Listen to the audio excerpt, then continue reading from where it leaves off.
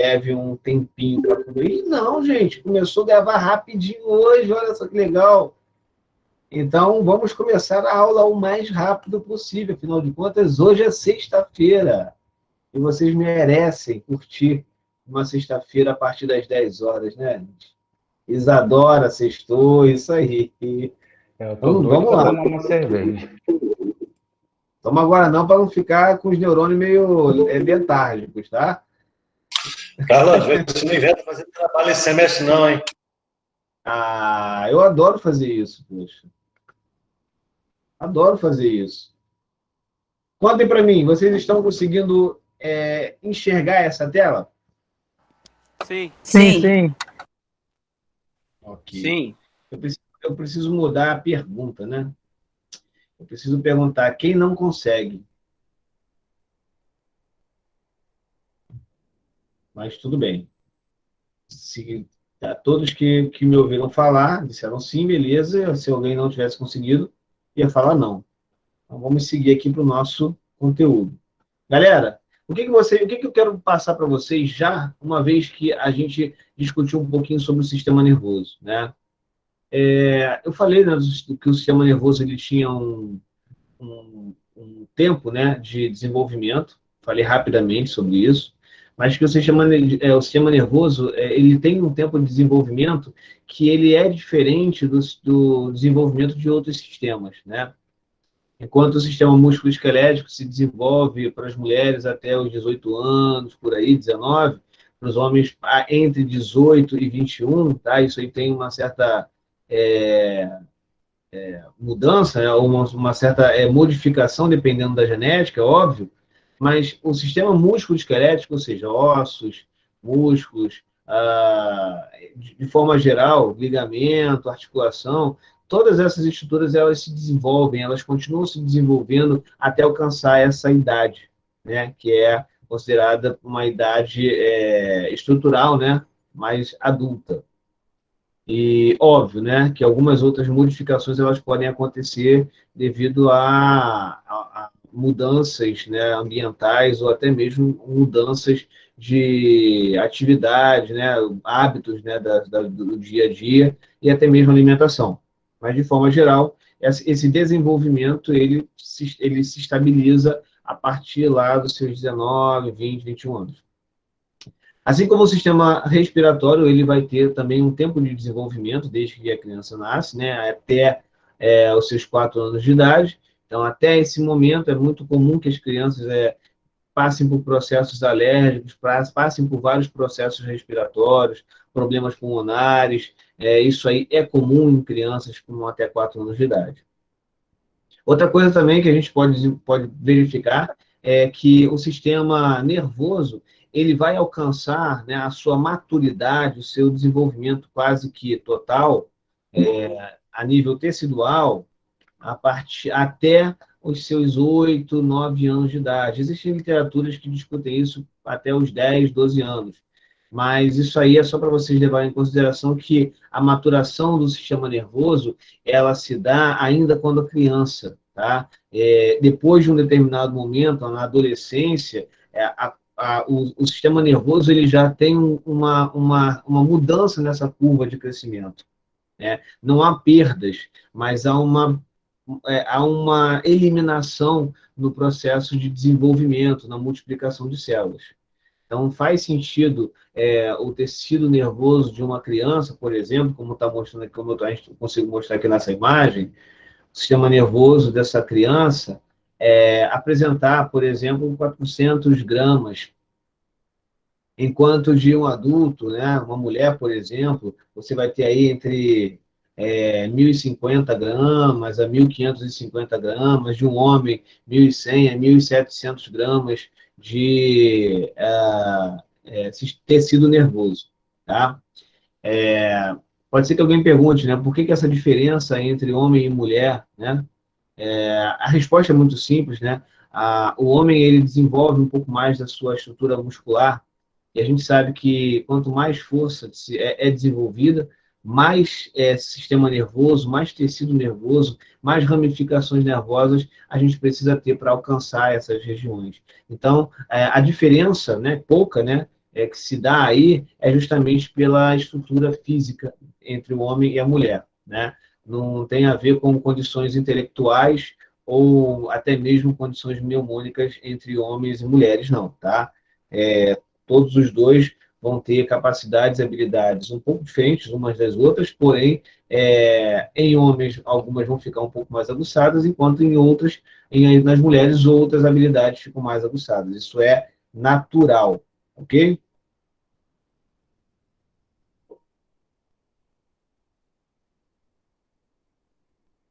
Ok, Marcelo falou alguma coisa sobre instabilidade na internet. Tá tudo bem, Marcelo? Tá conseguindo pegar direitinho o que eu tô falando? Se eu estiver falando muito rápido, vocês me avisam que eu diminuo aqui o tom, tá? E a velocidade. Show, então, Marcelo. Qualquer coisa, estamos aí, tá?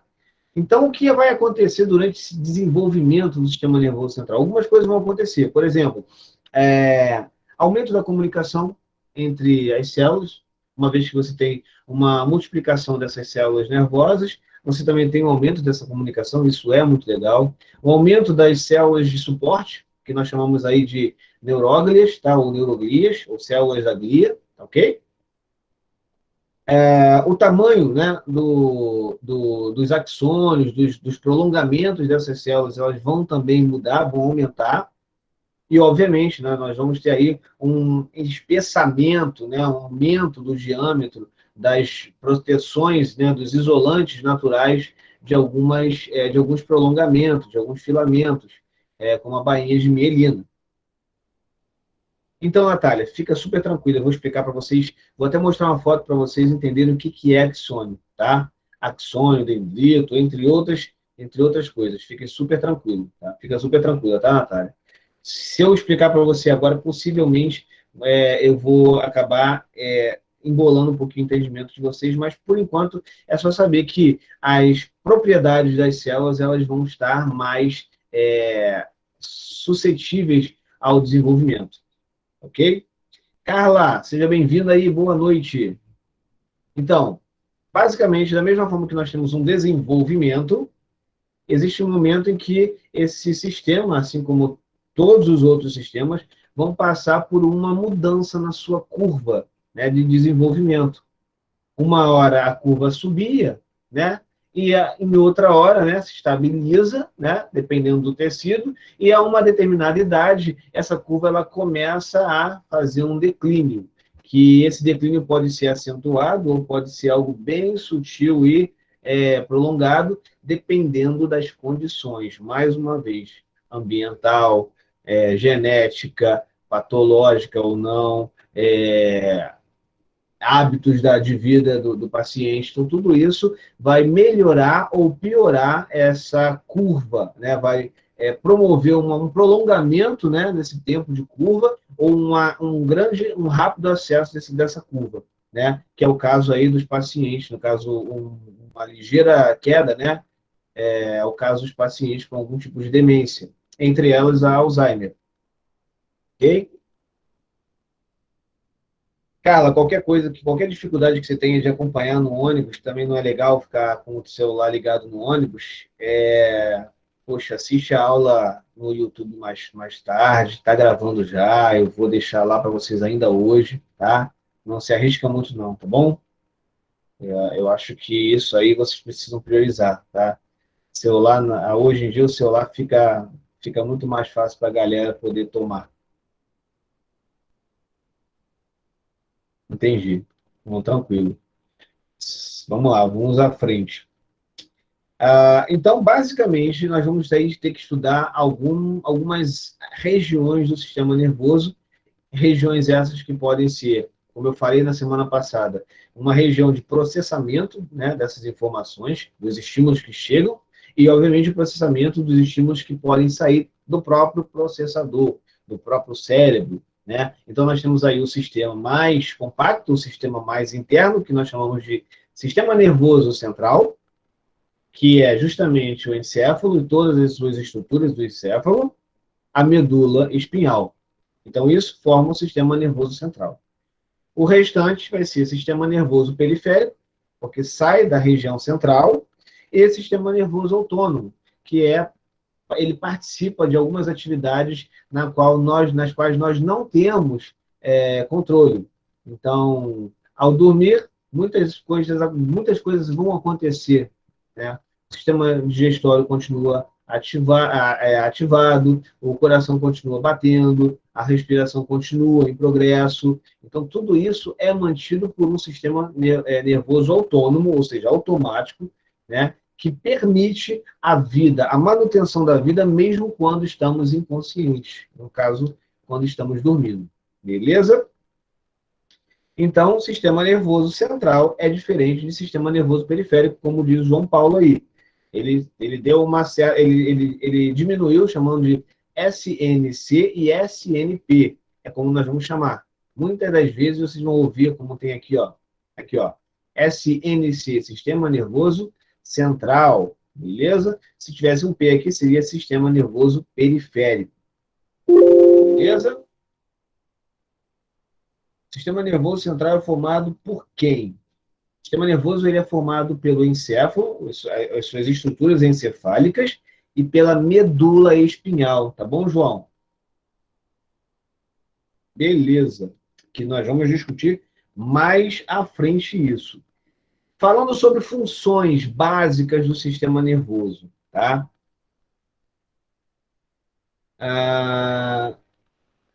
Qual é a diferença?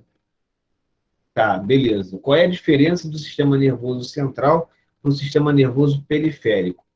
O sistema nervoso central, ele é justamente o sistema que vai fornecer, processar, interpretar todos os estímulos do nosso sistema nervoso e do nosso corpo. Enquanto o sistema nervoso periférico, além, né, do nome dizer periférico, ou seja, está à periferia, ele vai ser responsável por conduzir os estímulos tanto para dentro, para o sistema nervoso central, como para fora. No caso aqui, eu estou gesticulando, então eu estou me movimentando, são estímulos que são movidos através de contração muscular pelo sistema nervoso central até o sistema nervoso periférico, até então alcançar os seus órgãos efetores, no caso, os músculos. Beleza? João Paulo, você estava na aula passada comigo ou está chegando hoje também? Só para eu saber. Estava na aula passada também. Beleza, João. Valeu. Tranquilo. Então, qualquer dúvida que você precise ter, eu preciso saber isso, porque eu posso trazer a memória que eu falei na semana passada. Tá? Ok. Então, basicamente, sabendo que você esteve na semana passada, eu vou dizer para você. Lembra quando eu falei com você sobre os estímulos que a gente capta, né, através do tato, da visão, do olfato? Uhum. Então, eles são capturados por um sistema nervoso periférico e ele vai transmitir essa informação para um processador, para o sistema nervoso central. E daí, esse sistema nervoso central ele pode vir a processar, compreender esse sinal e aí gerar algum tipo de estímulo, seja ele para buscar a memória, ou seja, uma resposta motora, por exemplo. Então, de repente, ele verifica alguma coisa e ele quer falar sobre aquilo que ele viu. Houve uma resposta e aí, então, ele transmite essa informação até os nervos, para os nervos, então, gerarem contração muscular, caso seja necessário. No caso aqui, eu estou falando, tudo que está acontecendo agora, toda essa fala que sai da minha voz, do meu corpo, né, da minha garganta, ela é gerada através de vibrações. Afinal de contas, as cordas vocais são músculos em contração, que podem afrouxar, relaxar, contrair, dependendo da minha intensidade de voz. Assim como eu estou utilizando minhas musculaturas abdominais e as musculaturas do tórax para jogar esse ar com mais pressão para fora. Então, tudo isso tem a ver com sistema nervoso, tem a ver com ação e tem a ver com recepção. Então, você me fez uma pergunta, o que é periférico, e eu simplesmente entendi a sua pergunta, li a sua pergunta e desenvolvi uma forma de te responder. E, obviamente, foi pela fala. Professor, beleza? Fala, Juliana. Boa noite. Boa A noite. aula da semana passada eu não assisti porque eu só consegui fazer a matrícula para essa semana. A aula está gravada, alguma coisa do tipo? Tá, sim. Você está no grupo do WhatsApp? Tô sim. Perfeito. Lá no grupo do WhatsApp tem uma descrição e tem um link, que é um link da playlist da YouTube, do meu YouTube, tá? Tudo Então bem. você só precisa entrar na playlist e toda vez que tiver um vídeo novo, vai ser através daquela playlist que você vai acessar os vídeos, tá? Fica atenta à data, né? Por exemplo, na semana passada, a gente falou, era dia 5, né? Aham. Então vai estar lá, 2021, 03, 05. Então, a aula de semana passada. E da semana vai estar com a data dessa semana e assim por diante. Fica Tá super bom. tranquilo. Dá uma olhadinha lá, então. Obrigada. Tranquilo. E aí, galera, começando a falar sobre as funções básicas, e aí vai ter muita coisa a ver com o que foi perguntado, né, pela Natália, por exemplo, que é sistema nervoso periférico. Como eu já respondi, eu vou aqui acrescentar algumas coisas. Vamos falar sobre as funções desse sistema. Acredito que seja importante vocês entenderem que esse sistema vai ter vão ter algumas funções importantes. Por exemplo, quando a gente fala de função de integração. Como assim função de integração? O sistema nervoso, ele vai ter os seus receptores que vão detectar modificações, estímulos, né? Essas modificações, e esses estímulos eles podem vir a gerar uma necessidade de resposta. Por exemplo, vamos falar sobre pressão arterial.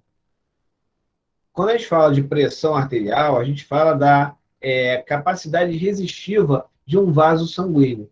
Tudo bem? Então vamos devagar. Capacidade resistiva de um vaso sanguíneo. Então, no caso aí da pressão arterial, vamos falar da pressão resistiva da artéria. A artéria ela tem a primeira camada, que é uma camada mais íntima, onde você tem a célula do vaso sanguíneo propriamente dito. Esse vaso ele vai ter um revestimento mais externo com músculos lisos, e um outro revestimento mais externo, que é de tecido conjuntivo, para oferecer ali a resistência daquele vaso.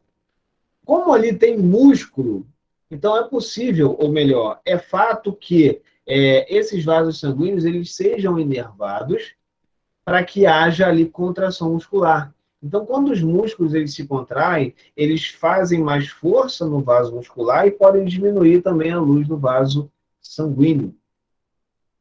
Quando isso acontece, obviamente, por conta de uma ação do sistema nervoso, óbvio que o sangue ali vai ter um pouco mais de restrição na passagem, ou, o contrário, você pode pedir para que esse vaso relaxe, o sistema nervoso pode parar de estimular a contração dele, fazendo com que o vaso aumente seu diâmetro, permitindo mais passagem de sangue, né? Então, a pressão arterial ela vai ser determinada pelo sistema nervoso central, ou por conta de uma alteração osmótica, ou por conta de algum problema emocional, né?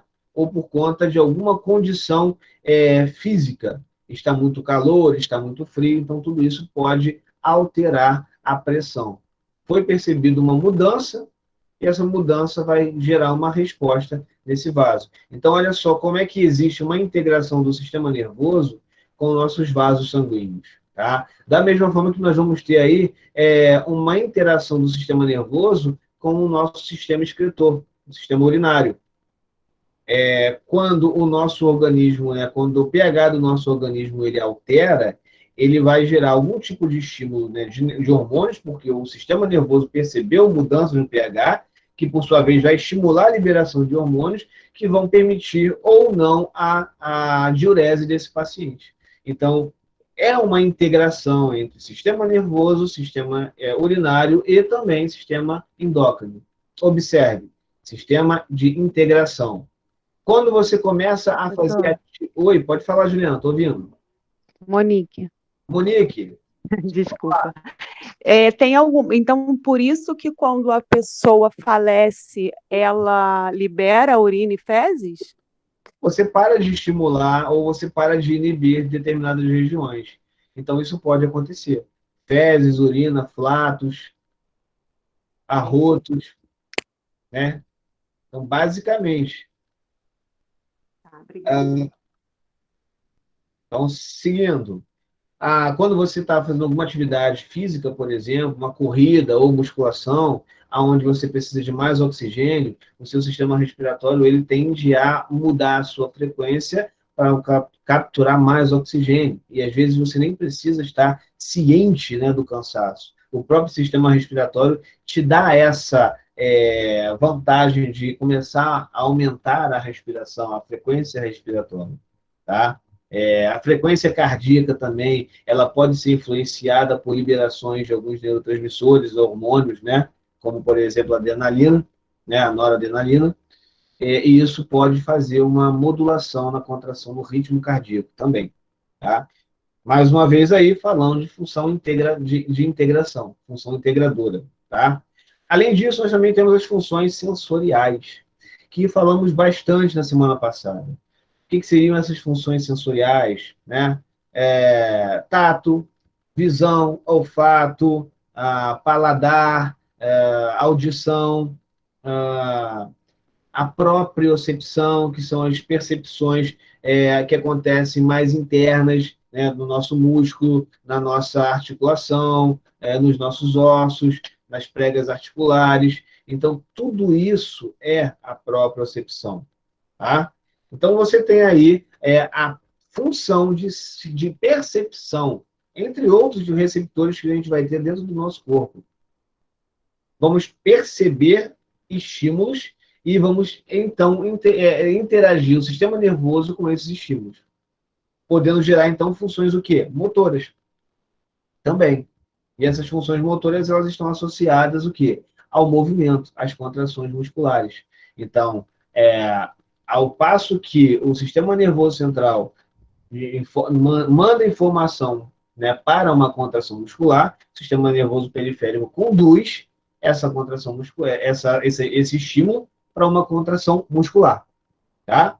Assim como também algumas glândulas secretoras, tá? As glândulas sudoríparas, aquela que elimina o suor, as glândulas sebáceas, as glândulas internas, aquelas, por exemplo, suprarrenal, a própria glândula no pâncreas, né, que é uma glândula endócrina e exócrina ao mesmo tempo, entre outras estruturas do sistema endócrino, tá?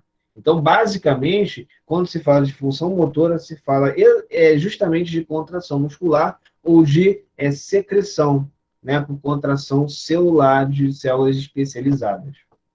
Função motora. E aí nós também temos as funções adaptativas, né? Como está mostrando aqui. Funções adaptativas, normalmente ela está associada com as condições externas. E aí nós podemos pensar, de forma geral, no frio ou no calor. Um exemplo, né? Se você está num ambiente muito quente, é natural que você comece a sentir calor, é óbvio, e o seu corpo ele começa a aumentar a sua temperatura por conta desse calor que está no ambiente. A gente sabe que a nossa temperatura ela precisa ser regulada e nós, como mamíferos, nós temos a condição de regular essa temperatura, né, de forma autônoma, né? Então, toda vez que você tem um momento de calor, você precisa de um sistema de arrefecimento para irradiar esse calor de forma muito rápida. Então, vem aí a sudorese. Você começa a suar para que aquele líquido na superfície da sua pele consiga dissipar o calor da melhor forma possível. Você aumenta, você tem uma dilatação periférica dos vasos para que o sangue possa passar mais perifericamente, irradiando esse calor para fora do organismo, mantendo a temperatura correta. Deixa eu ver que alguém falou alguma coisa aqui. Vamos lá, João Paulo falou sobre a sudorese. Então, foi... João Paulo, você tem como me dizer em que momento eu estava quando você perguntou sobre a sudorese?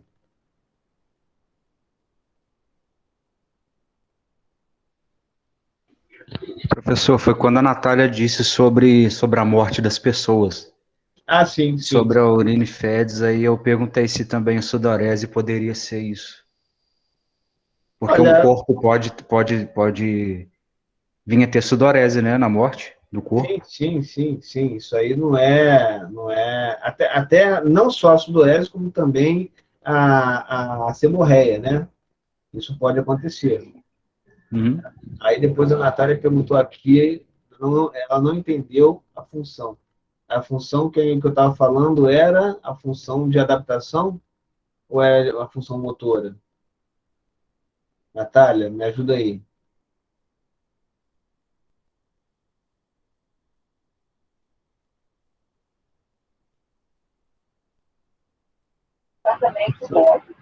É na função integradora.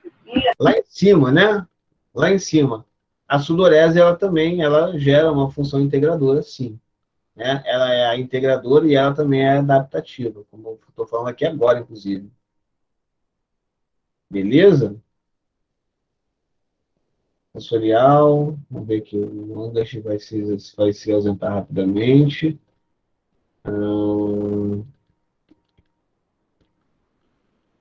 A sensorial interfere, sim, na motora, sim, Rafaela. É justamente a sensorial que vai permitir que a ação motora ela aconteça de forma adequada. Quando eu falar sobre modulatória, você vai entender melhor.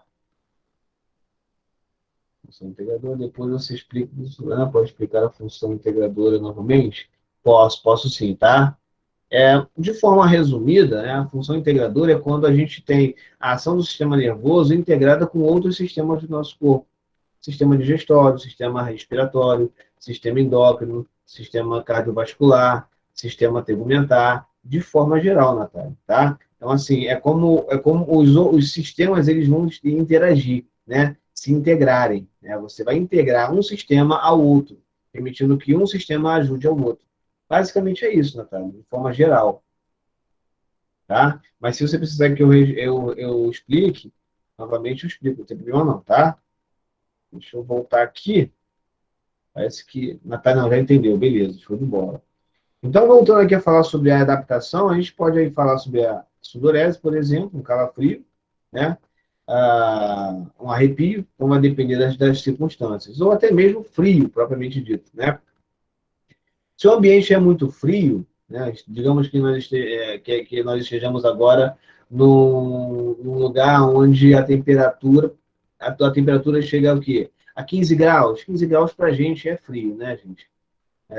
Para outros países mais próximos do norte ou mais próximos do sul, essa temperatura é até verão. Mas para a gente aqui, próximo desses trópicos, 15 graus ele é uma temperatura baixa. Então, nossa temperatura ela está entre 35 e 36 graus. E se o nosso ambiente ele é um ambiente que está a 15 graus, é natural que o nosso corpo perca calor para o ambiente. E se a produção de calor for menor do que a perda, significa que a gente vai começar a ficar com frio. Nosso corpo vai começar a perder temperatura. Então, o que ele vai fazer para gerar a manutenção da temperatura? Vai começar a arrepiar os pelos do corpo, porque são músculos, contração muscular gera energia térmica, então ele começa a arrepiar, a pessoa começa a tremer. Então, os vasos sanguíneos eles tendem a ficar mais fechadinhos para evitar que o calor passe, né, seja dissipado pela superfície. Então, ele introspecta esse calor para as vísceras, né, para as regiões mais internas, para manter esse calor. Então, o sistema nervoso tem essa capacidade de gerar, né, a preservação da temperatura ao máximo que puder. Tá? O professor pode explicar a relação entre função sensorial e motora? Por favor? Thalita, tenho sim. Vou explicar, tá? Existe calafrio de tanto calor sim, Gabriel. Na verdade, Gabriel, esse calafrio de tanto calor, ele é uma alteração extrema, tá? Normalmente, o nosso organismo ele está acostumado a perceber uma determinada intensidade e frequência, né, no calor. Quando ultrapassa, o nosso organismo ele para de perceber o que deveria fazer e começa a realizar ações contrárias, né? Reações paradoxais, vamos dizer assim. Mas isso aí é só em mudanças extremas, tá? Na qual a gente não tem condições de regular. E aí, explicando, né, a relação entre sistema sensorial e sistema motor, no caso, função sensorial e função motora. Olha só que interessante. A relação mais rápida que nós podemos ter é o que nós chamamos de arco reflexo. Por exemplo, tá? Então, Thalita, vou te dar esse exemplo, a princípio. Existem outras formas mais complexas de você relacionar a condição sensorial com a relação motora, mas existe uma forma mais direta para você conseguir relacionar isso, que nós chamamos de arco reflexo. Imagine que você esteja sentado agora, sendo avaliada por um médico, e esse médico vai e gera uma percussão na sua patela, né, no seu tendão patelar, no joelho, um martelinho, né? E, obviamente, o que vai acontecer com a sua perna? Se você tiver com sua integridade sensorial e motora adequada.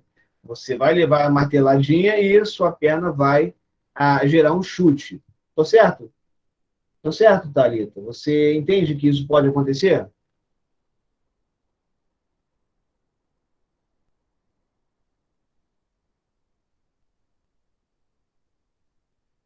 Perfeito. Então, se você consegue entender que existe um momento de uma percussão, né, uma percussão lá na patela, e no tendão da patela, e ao mesmo tempo você acaba gerando um chute, houve um estímulo inicial para aquela contração acontecer, mesmo que você estivesse fazendo outra coisa, nem olhando para o médico. Aquilo não aconteceu porque você quis, mas aconteceu por um estímulo. Um tendão, ele se deformou, gerou um estímulo que foi até a medula respondeu com uma informação a um outro neurônio que disse, olha, é um estímulo que pode ser nocivo. Acho melhor você responder. Ele vai falar, esse neurônio intermediário, ele vai falar com o neurônio motor. Olha, responde aí, porque pode ser algo prejudicial, algo nocivo. Então, ele estimula o neurônio motor a gerar uma contração muscular protetiva. Tá? Mais para frente eu vou explicar como que isso acontece. Para falar a verdade, isso eu até acho que deveria ser interessante vocês esperarem para as aulas de neurofisiologia, para não queimar aí o entendimento de vocês em relação à anatomia propriamente dita, tá, gente? Mas é basicamente isso. Você pode ter outras formas sensoriais. Por exemplo, se eu pedisse para vocês agora fecharem os olhos. Fechem os olhos, aí vocês vão lá e fecham os olhos. Vocês ouviram a minha voz, vocês perceberam um estímulo, um som e um comando. Então, o comando era fechar os olhos. Imediatamente, ao entenderem o que eu disse, vocês vocês responderam a esse comando. Vocês poderiam até ignorar esse meu comando. Vocês responderiam sem gerar contração muscular. Mas, respondendo ao meu comando, vocês geram uma contração muscular. Então, a relação sensório-motora, ela também tem a ver com isso. No caso aí de uma adaptação, no caso de uma integração, ou até mesmo no caso de adaptação, o estímulo sensorial, ele pode ser interpretado como um sensor de um carro, por exemplo. Né? Digamos que você acelere bastante o carro, e o seu carro seja totalmente eletrônico. O carro percebeu que você pisou muito fundo no acelerador e ele vai, mediante a esse estímulo, né, esse comando eletrônico, ele vai abrir as válvulas, né, de admissão para que aquele motor queime mais combustível. Então, é basicamente essa relação que você tem entre sensório e motor. Tá? Então, Thalita, basicamente, o sistema nervoso ele vai estar ali para a gente poder interagir com o ambiente.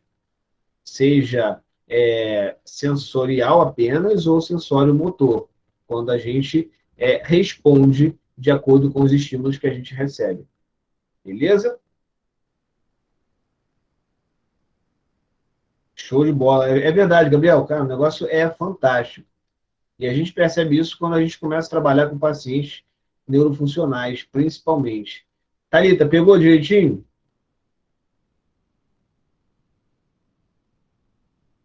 Boa pergunta, hein, João Paulo?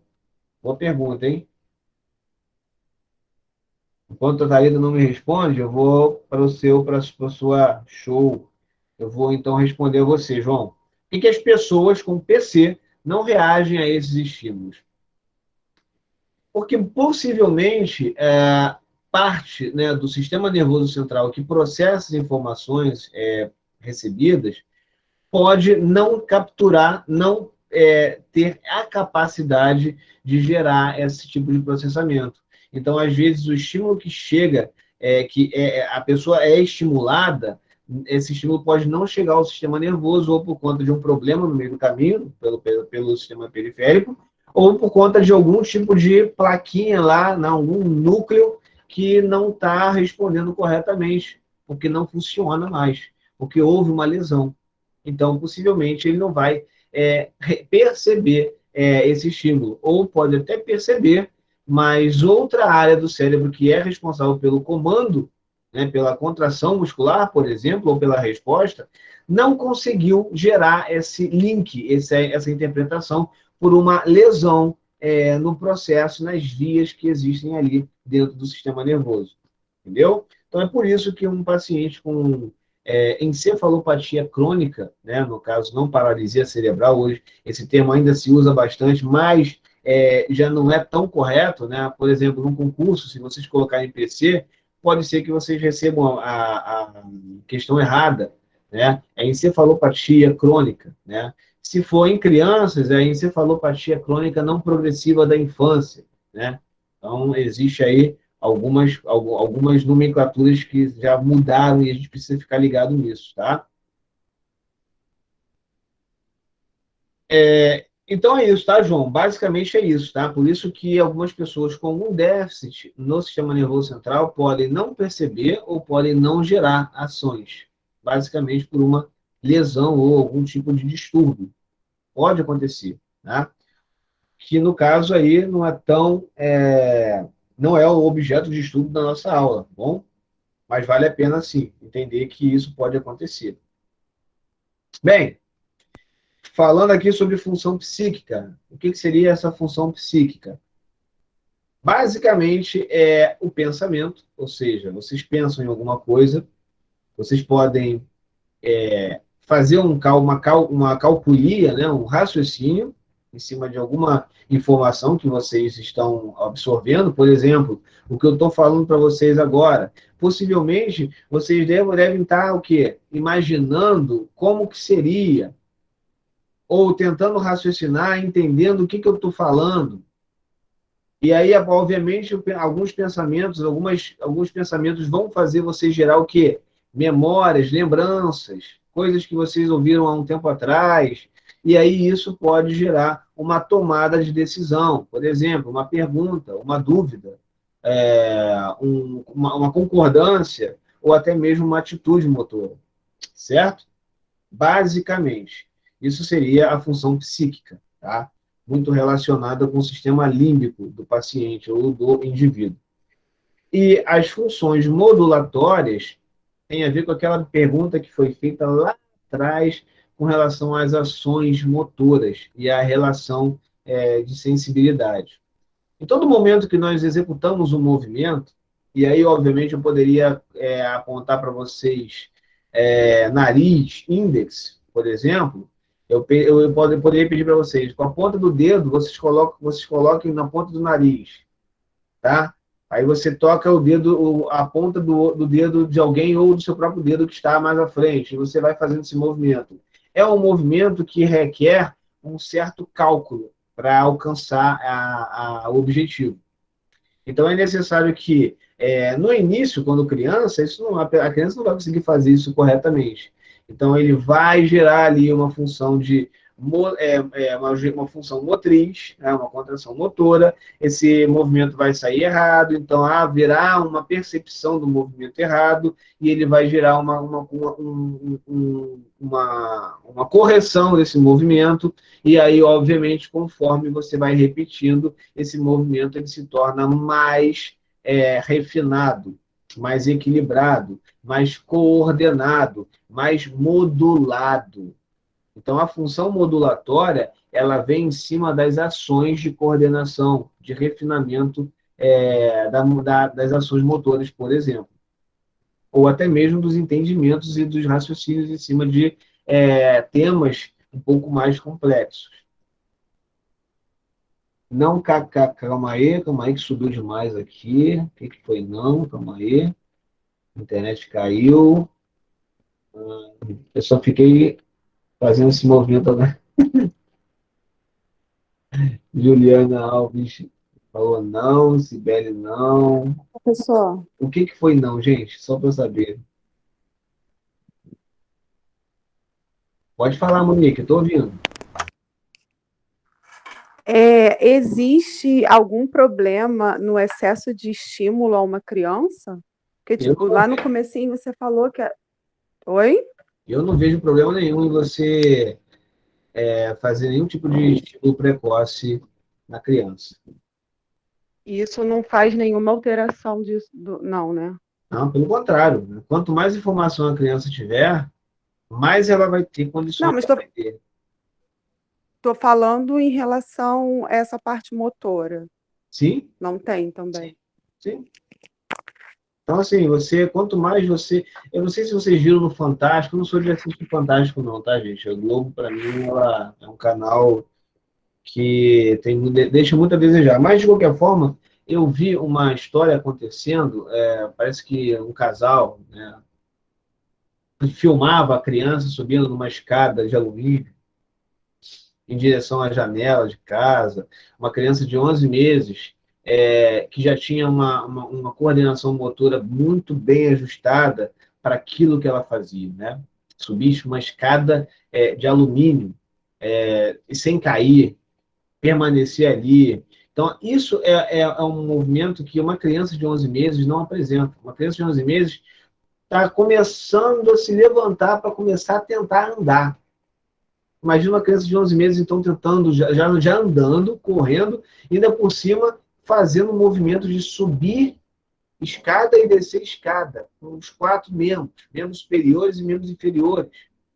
Então, isso, obviamente, foi uma estimulação precoce que essa criança recebeu, ou seja, foi um excesso de estímulo que tornou possível ela desenvolver habilidades mais cedo, né, precocemente. Ao final, em relação a uma pessoa com encefalopatia, alguma coisa que pode ser trabalhado para reverter esse processo, ou uma vez o cérebro...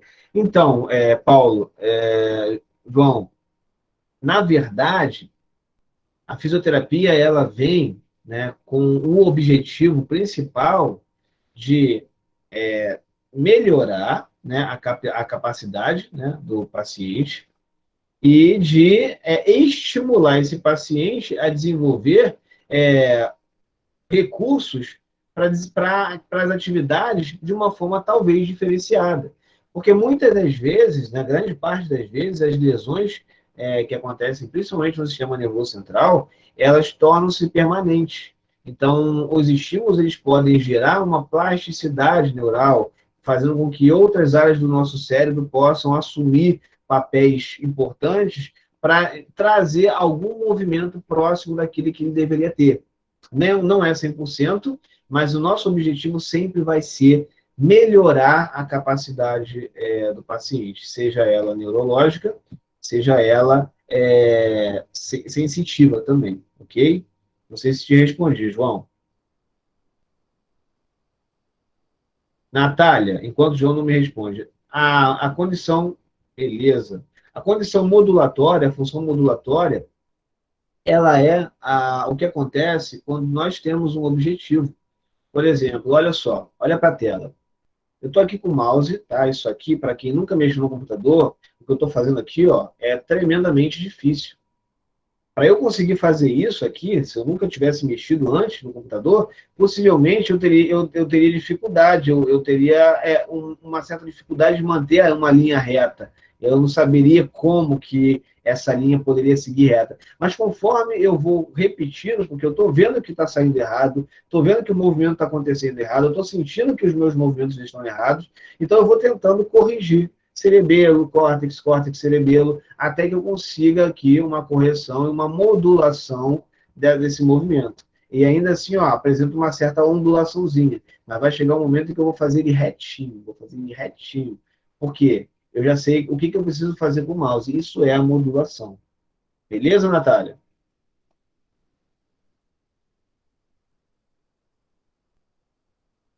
Beleza. Então, alguém levantou a mão?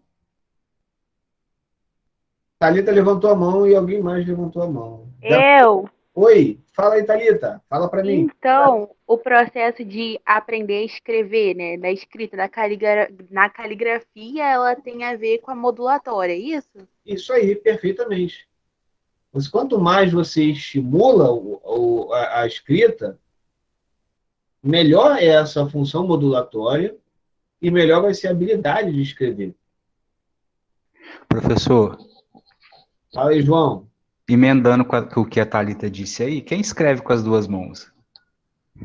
Mesma coisa. A diferença é que o cara vai conseguir fazer, vai ter habilidade nas duas mãos. Eu, por exemplo, não consigo fazer nada com a mão direita, de forma refinada. É mais com a mão esquerda. Eu consigo bater forte com a mão direita, mas com refinamento é só na direita. Mas o cara vai ter uma habilidade nos dois lados, né? Vamos dizer que ele é um cara ambidestro.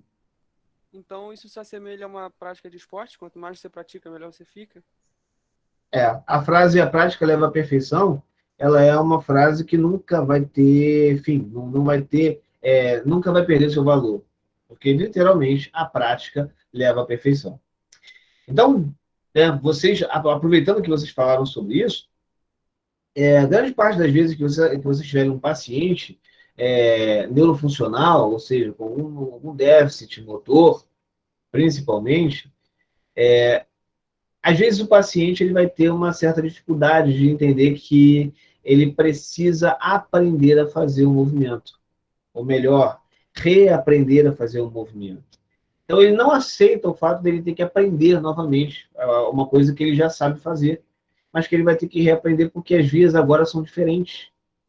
Então ele precisa começar a praticar movimentos que a gente ensina para o paciente, para que ele possa ter uma perfeição, melhor, buscar a perfeição, ou se aproximar dessas tentativas para que ele tenha um bom resultado. Então, a prática, ela leva à perfeição. Um atleta, ele só vai ser perfeito se ele tiver uma prática perfeita. O atleta, ele só vai ser bom no que ele faz se ele tiver também uma boa prática. Não adianta ele descansar uma semana antes de fazer uma atividade. Ele ficou uma semana parado, então ele perdeu esse tempo de prática. Então, possivelmente, quem estava praticando há mais tempo vai sair melhor do que ele. Vai ter um pouco mais de habilidade do que ele. Entendeu? Isso em todas as áreas, né, professor? Quanto mais você pratica, melhor você fica, né? Por exemplo, eu como professor, eu só vou ser melhor do que eu fui no ano passado, porque durante esse tempo eu tive tempo de ler e estudar um pouquinho mais. As perguntas que vocês me fazem me obrigam a pensar, me obrigam a raciocinar de forma a conseguir levar para vocês essa informação. Então, possivelmente, hoje eu sou um professor melhor do que eu fui no semestre passado. E, obviamente, no semestre passado eu fui um professor melhor do que eu fui no retrasado. E eu espero que no semestre que vem eu seja melhor do que eu estou sendo agora, porque a prática leva à perfeição. Então, se eu estudar matemática, se essa é a minha fraqueza, eu começar a estudar matemática, soma, cálculo, funções, obviamente, essa prática do estudo, essa prática, vai me tornar mais apto a fazer cálculos, talvez de cabeça, com muito mais velocidade, porque houve uma prática, entendeu? Teria algum exemplo que pudesse dar as funções básicas envolvidas? Isso poderia acontecer? Não entendi a pergunta, Carlos. Teria algum exemplo que pudesse ter todas as funções básicas envolvidas? Isso poderia acontecer? Carlos, se você tiver com o microfone e puder me explicar a sua pergunta, eu não entendi. Desculpa, cara. Ô, professor, boa noite. Boa noite, Carlos. Então, eu fiquei imaginando se todas as funções básicas do sistema nervoso central, elas poderiam estar reunidas em algum exemplo. Eu pensei, por exemplo, numa imersão no banho frio. Eu achei que eu poderia ter todas essas funções envolvidas, assim, de certa forma. E eu queria saber se isso poderia acontecer ou é uma viagem minha, entendeu? Eu vou tentar entender. Eu acho que eu sei onde você quer chegar. Normalmente, os atletas, eles fazem imersão em banho frio para um objetivo específico, tá? É com atleta que a gente está relacionando? Sim. Normalmente, a imersão do atleta em banho frio tem relação direta com o como é que a gente pode chamar? O overtraining do paciente, do atleta. O atleta, ele exagerou, obviamente, né? Passou dos limites em relação ao seu corpo, e isso gerou muitas lesões por todo o corpo. Então, esse banho, né? Essa imersão fria é para controlar os microprocessos inflamatórios que o atleta vai desenvolver após uma atividade, um treino, ou até mesmo um jogo ou uma prova. Então, é mais relacionado a processos inflamatórios do que propriamente para condições neurológicas, tá? Então, Carlos, eu espero ter respondido a sua pergunta. Beleza, Carlos? Enquanto ele não responde, eu falo aqui. Bem, a LER e a... Obrigado. Falou, Carlos. Show de bola. A LER e a DOT podem ser consideradas como deficiência nas funções modulatórias? Cara, eu vou arriscar dizer que não, né? Por que eu vou arriscar dizer que não? Obviamente que vai haver uma consequência, né, na função, sim, modulatória, após as lesões por esforços repetitivos, por conta de dor. Então, basicamente, você vai mudar o seu modus operandi em relação àquele movimento. Mas a LER é a lesão por esforço repetitivo, ou seja, você gerou um esforço muito tempo. Por exemplo, o jogador de tênis normalmente pode ter algum tipo de lesão no cotovelo ou no ombro. Então, aquele movimento repetitivo pode trazer lesões que vão causar dor, né? A DORT, né? A DORT é uma doença, é considerado em si uma doença osteomuscular relacionada ao trabalho. Então, por exemplo, tendinite, artrite, né? Esse tipo de patologia que pode ser acometida por conta de uma atividade laboral do indivíduo. Não é uma condição neurológica, por via de regra, tá? Por via de regra, não é uma condição neurológica, mas pode ser, tá? Então, basicamente, isso não leva a uma deficiência nas funções modulatórias, a não ser que a pessoa perca a capacidade, por dor, de fazer os movimentos. Aí sim, isso vai influenciar. Monique, continua tentando. Tenta fazer isso com ladeira também. Vai ser show de bola.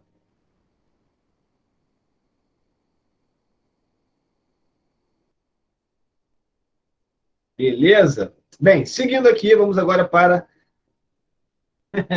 É verdade. Ué, eu aprendi a fazer ladeira e baliza de uma vez só quando eu morei numa região lá em Caraí, aonde a gente tinha que estacionar o carro numa rampa. E eram vários carros, um atrás do outro. E às vezes tinha um espaçozinho que dava para fazer uma rampa, às vezes eu podia descer de ré, e às vezes eu tinha que fazer a manobra subindo de ré. É complicado, mas a prática levou à perfeição. Foram 3 anos estacionando o carro dessa forma. Hoje eu posso... Não dá. São 3 batidas, nada de borracha, não rola. Meu marido fala assim, tem o teu carro, uma bicicleta, um velocípede e a parede. Dá para tu ir, não vai. Totalmente sem noção. Vai por mim, Monique. Dá. Você pode tentar várias vezes. Sempre tem chance de melhorar, sempre. Não discorde do que eu estou falando, tá? Você é uma pessoa capaz. Só perca o medo e a ansiedade, se for o caso. Não, professor, não é perder o medo, não, é perder dinheiro consertando o carro. Não rola, não, sou pobre. Medo. Vai no Mirante de Piratininga, pega uns cones de borracha, né? Fala para o seu marido ficar do seu lado com o freio de mão na mão, que de repente você perde o controle e o carro quer descer, ele já puxa o freio de mão ali. E vai fazendo baliza ali na rampa. Dá? E como dá? Fala sério. Inclusive, foi onde eu ensinei a minha esposa a fazer baliza em ladeira. Foi no Mirante de Piratininga. A gente quase deu um mergulho na praia. Brincadeira, isso não aconteceu, não. Mas vamos lá. Seguindo em frente aqui, galera. Agora a gente vai começar um processo. Fusquinha baratinho. A não ser que seja vendido por um colecionador. Aí realmente o processo é um pouco mais diferenciado. Galera, eu quero começar com vocês agora falando sobre a embriologia. Coisa rápida, tá, gente? Só para a gente entender, tá? Vocês deram isso no ensino médio, em biologia. Então, basicamente, fica mais fácil para vocês entenderem como que esse processo vai acontecer. Da onde surge o sistema nervoso central, beleza? Então, a partir de agora, a gente vai ter uma ideia do que isso significa. Deixa eu só ver aqui o que a Mayara falou.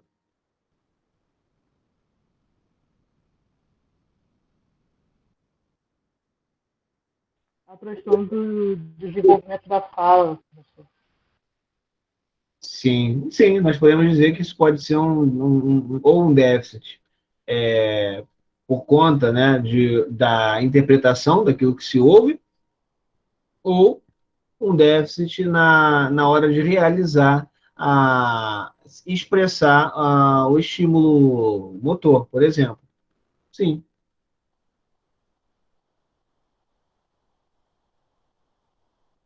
Natália, eu vou tentar ser rápido para você não ficar com tanto ódio nesse momento, tá?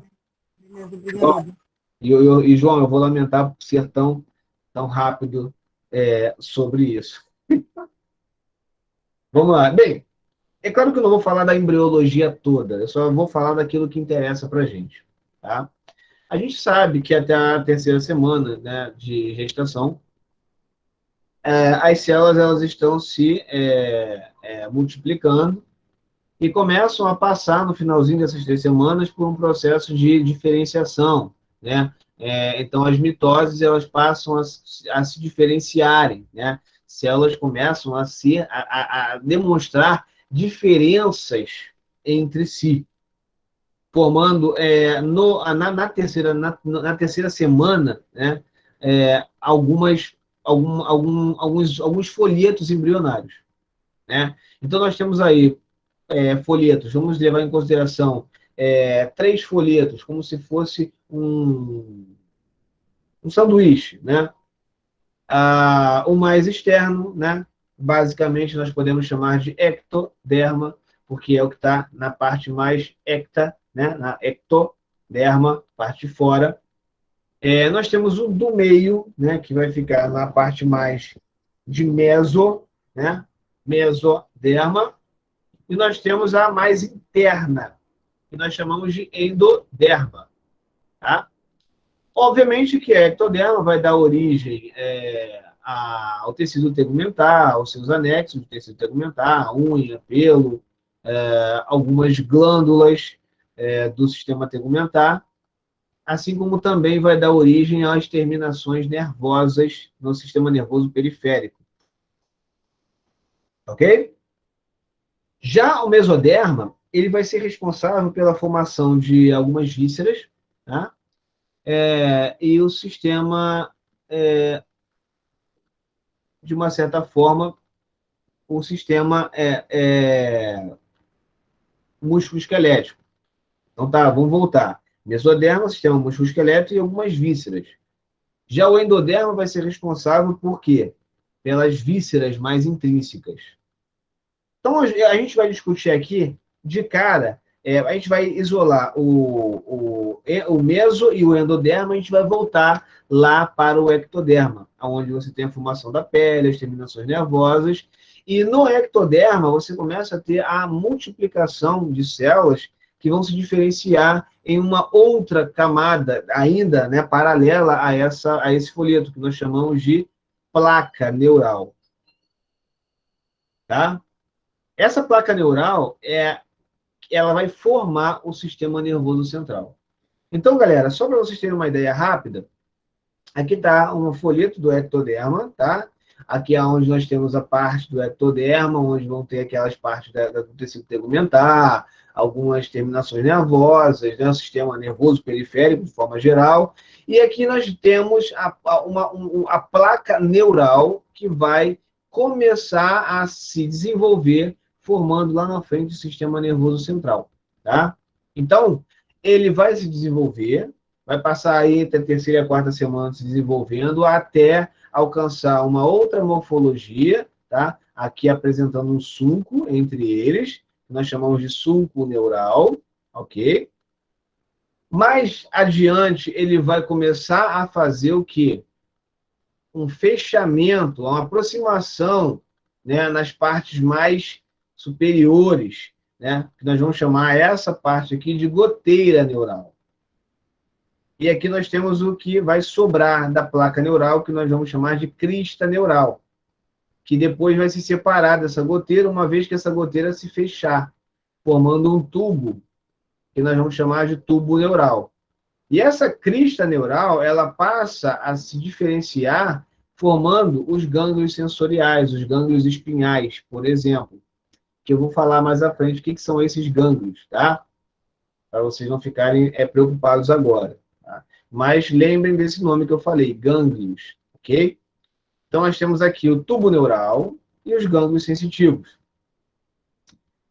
Quando a gente tem esse fechamento, aqui já começa a ocorrer a formação do sistema nervoso central, do cérebro até o final da sua medula espinhal, ok?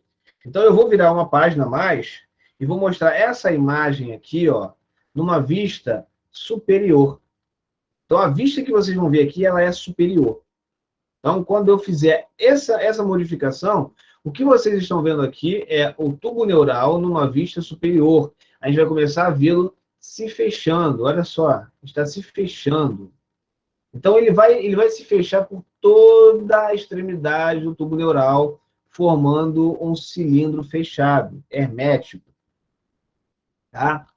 Então, nós temos duas áreas importantes do tubo neural, que é a parte mais próxima, né, mais superior, né, que vai dar origem ao encéfalo, que nós chamamos de neuróporo rostral, o rosto, né, cabeça. E aqui embaixo nós vamos ter o que? O neuróporo caudal. Então, tudo isso se fecha para que o sistema nervoso central fique selado. Alguém perguntou algumas coisas.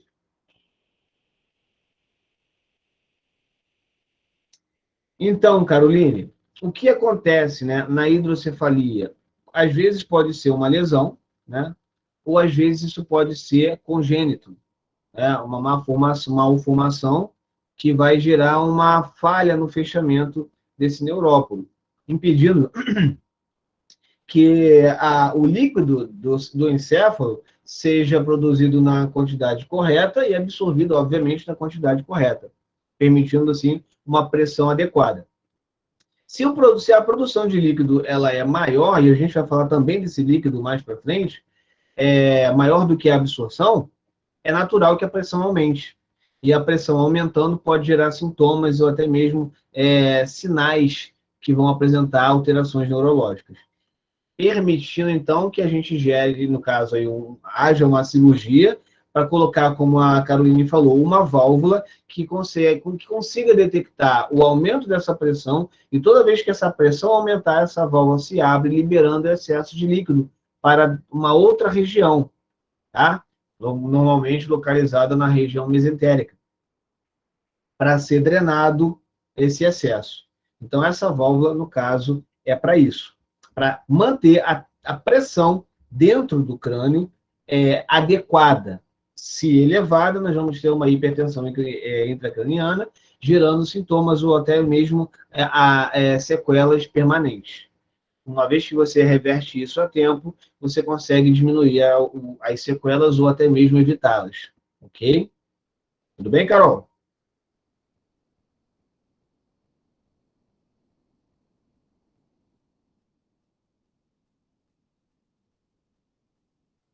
Perfeito, perfeito. É um, né, dos últimos a serem informados, mas, e óbvio, né, o seu desenvolvimento ele se dá ainda depois do nascimento da criança. Alguém ia falar alguma coisa.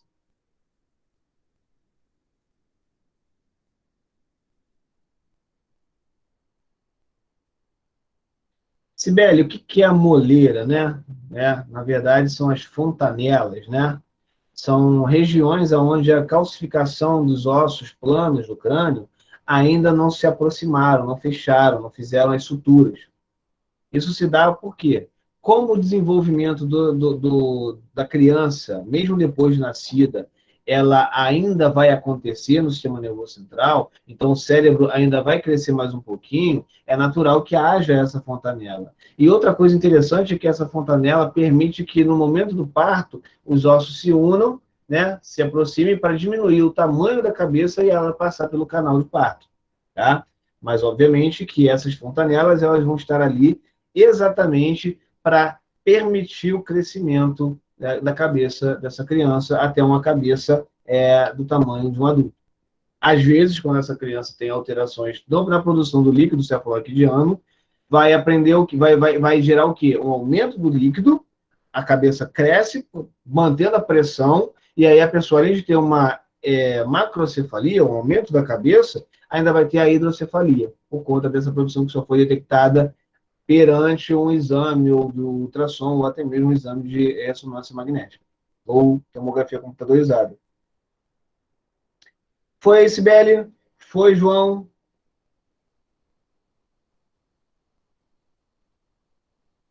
Ok. Então, nós já sabemos que qualquer alteração no neuróporo rostral vai gerar uma alteração na cabeça do paciente, né, da criança, ou do adulto, né, do indivíduo. E uma alteração no neuróporo caudal pode gerar hidrocefalia, mas vai ter outro tipo de característica, né? Vou mostrar na próxima imagem. Olha só essa imagem. Nós temos aqui, nós falamos da hidrocefalia, acompanhada de uma macrocefalia, ok? Fala aí, Angas. Fala aí, João. Pergunta.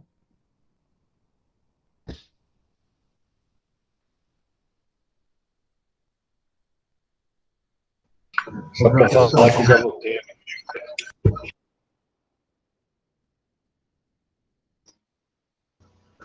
Eu tinha perguntado em cima, e no caso de gêmeos que nasce colado pela cabeça? Como que faz com esse tubo neural? Então, na verdade, o que acontece ali, obviamente, é uma fusão não do ectoderma em si, né? Mas a gente tem que levar em consideração os outros folhetos embrionários, a formação dessa criança ainda em condições gestacionais, né? E isso, obviamente, pode alterar na condição de produção celular, gerando também uma alteração no ectoderma. O que acontece é que os dois eles vão compartilhar do mesmo envolvimento.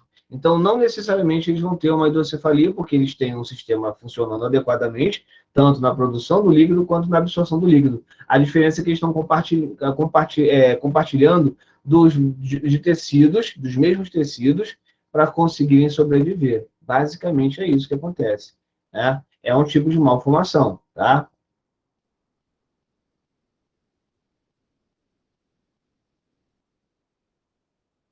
Bom, boa pergunta. O que é neuróporo? Neuro vem de sistema nervoso, vem de neuro, né? E poro vem de furo. Então, se a gente observar aqui, quando há um fechamento, aparece aqui, ó, um buraco, um poro. Estamos falando de um embrião, certo? Então, aqui vai aparecer um poro, um buraco. Então, neuro, né? Buraco neural. Tá? Neuróporo. Foi? Quem perguntou foi Vitória. Respondido?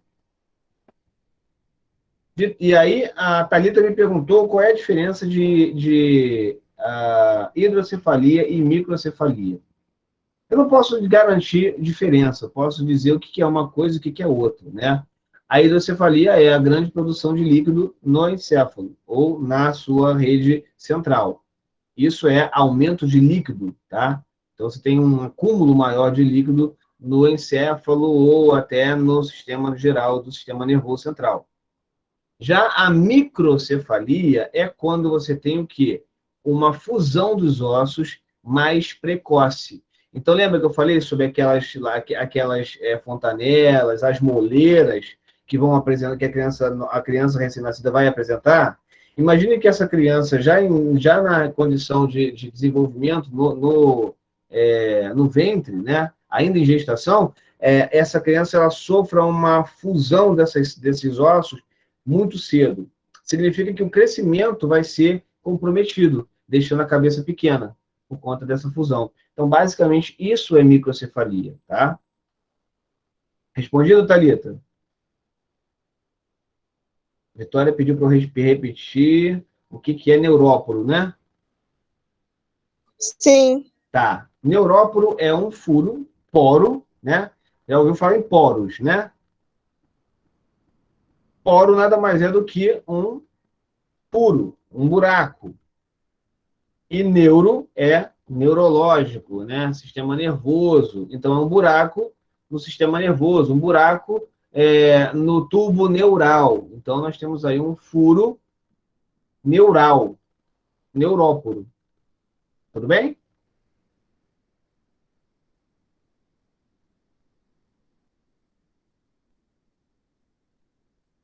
Perfeito, então. Show de bola, Thalita. Show de bola, Vitória. Seguindo, então, aqui, observe, né, o que nós falamos anteriormente sobre a hidrocefalia. Numa criança recém-nascida, a hidrocefalia vai gerar essa macrocefalia, o aumento da cabeça. Ainda mole, então, ela vai se acomodando conforme a pressão do líquido, né? Então, isso aqui já é um sinal bem acentuado, que já poderia ter sido corrigido antes da cabeça dela ficar desse tamanho, tá? E aqui nós temos o que eu falei anteriormente, que é no neuróporo caudal, na parte mais próxima da região da lombar, ou mais baixo do que o encéfalo.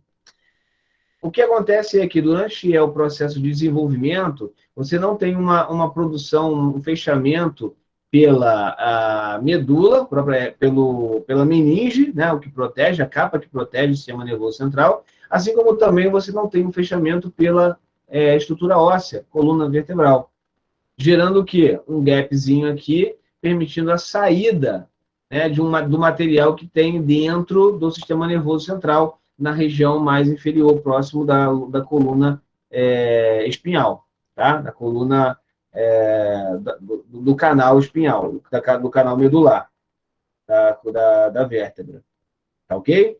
Então, nós temos dois tipos de lesões ou de alterações que vamos encontrar numa criança que tem essa alteração, essa malformação no neuróporo caudal. Uma delas é a meningocele.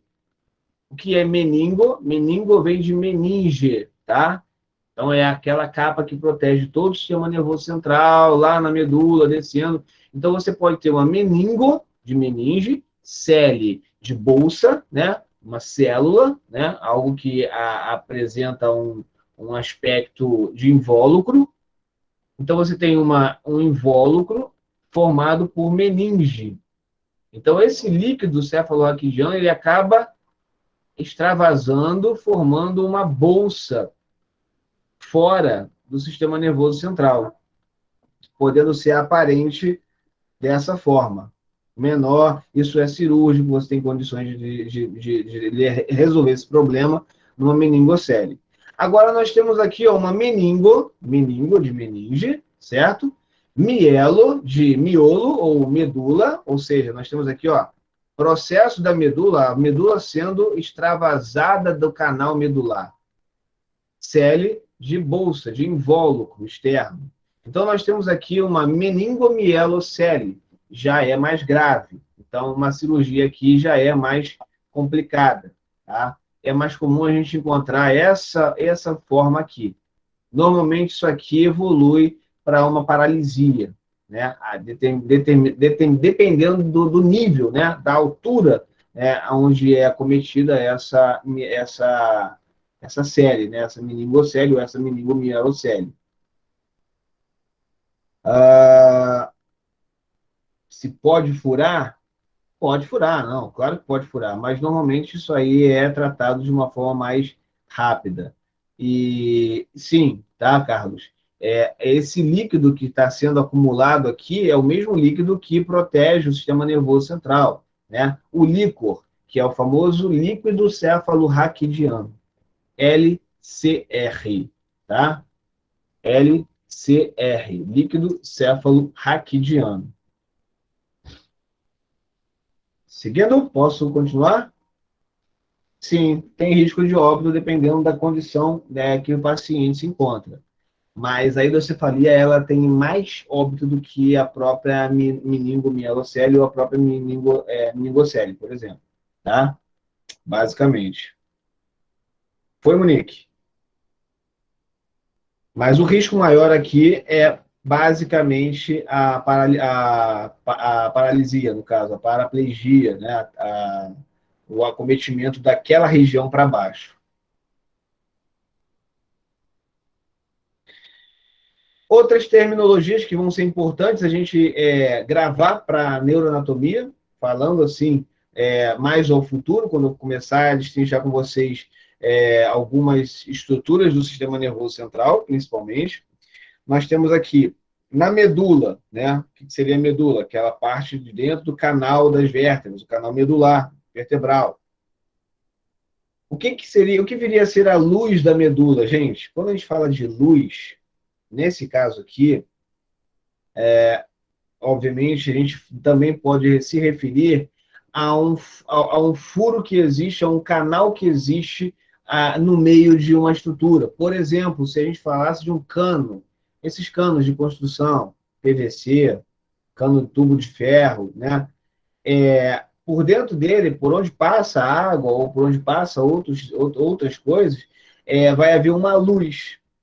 Então, quando a gente fala de luz, a gente está falando do interior desse tubo.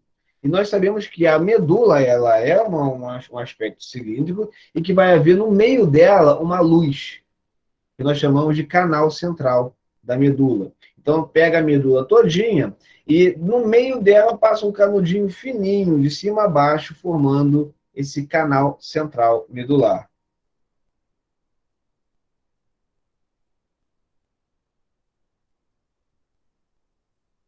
Camila, LCR é líquido cefalorraquidiano. Perfeito, Sibeli, obrigado, viu? Seguindo. Bem, existem também cavidades dentro do nosso encéfalo, né? Cavidades, né? Partes mais ocas, não vazias, né? Vão ser preenchidas, assim como o canal central medular vai ser preenchido, todas essas estruturas serão preenchidas com o mesmo líquido que foi questionado pela Camila, né? E respondido pela Sibeli, que é o líquido cefalorraquidiano. Então, na parte da cavidade do rombencéfalo, e vocês vão saber por que tem esse nome rombencéfalo, quando eu mostrar para vocês, mais à frente, as projeções do sistema nervoso central, vocês vão perceber que existe ali, é formado nessa cavidade, o quarto ventrículo, o quarto compartimento de líquido cefalorraquidiano, que fica mais inferior aos outros ventrículos. Tá? E, obviamente, a gente vai subindo, indo para a cavidade do diencéfalo, que eu vou mostrar a vocês também o que é o diencéfalo, e ele vai formar, através de uma fenda entre o diencéfalo, né, duas estruturas encefálicas centrais, vão formar ali uma fenda que também vai ser o quê? Preenchida pelo líquido cefalorraquidiano, formando, então, o terceiro ventrículo, que eu vou mostrar em imagem para vocês à frente, tá bom? Seja bem-vindo novamente, Rodrigo. Vamos que vamos. E aí nós também temos a luz, lembrando que eu falei do que significa a luz, do mesencéfalo. No caso aqui, estamos falando de uma estrutura mais alta, né?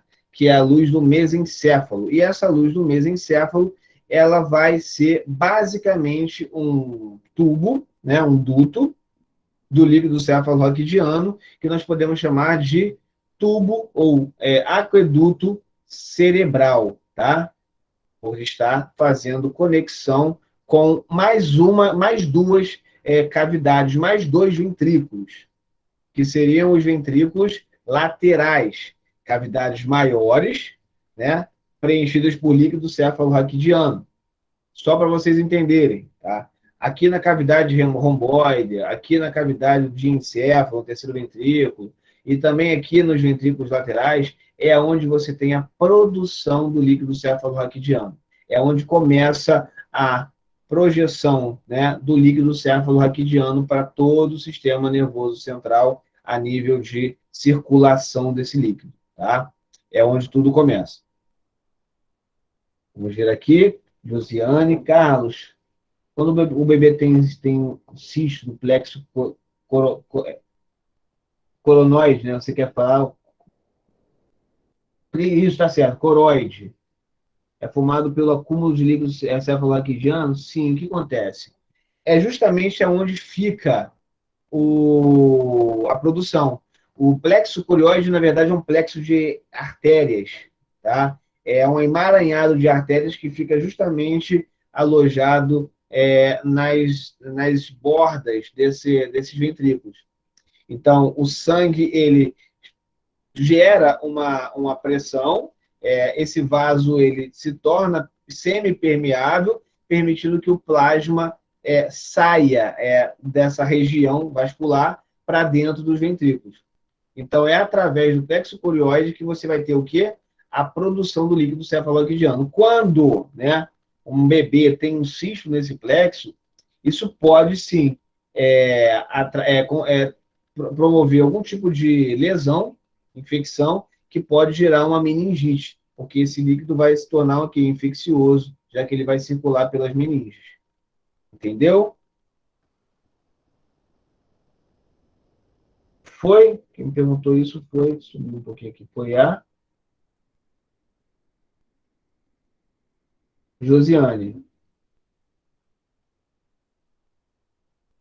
Tá. E aí eu acabei respondendo ao Thales.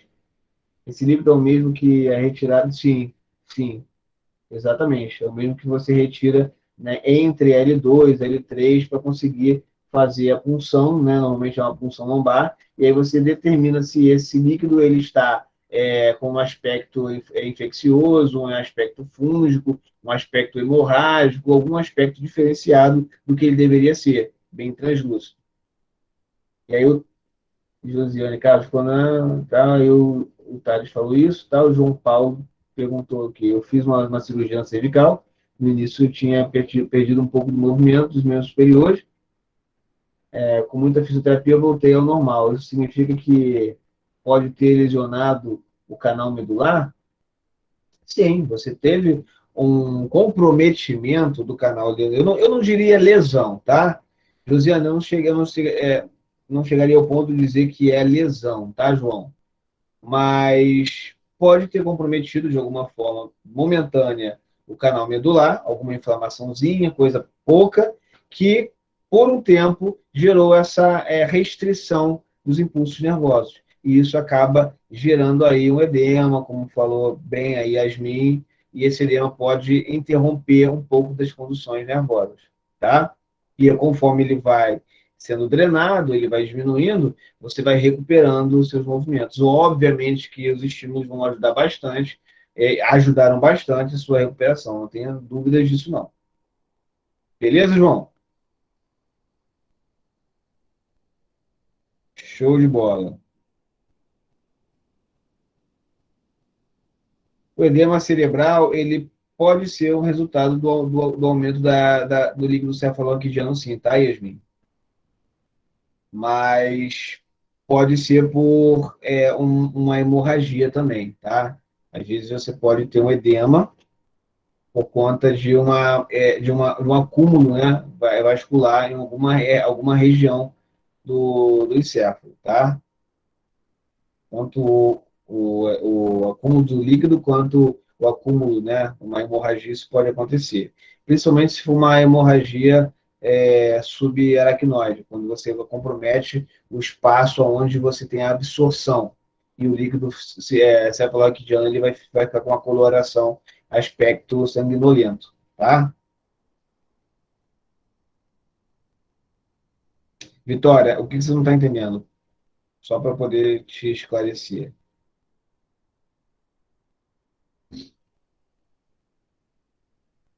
Se você quiser abrir o microfone e falar comigo, Vitória, fica à vontade, tá?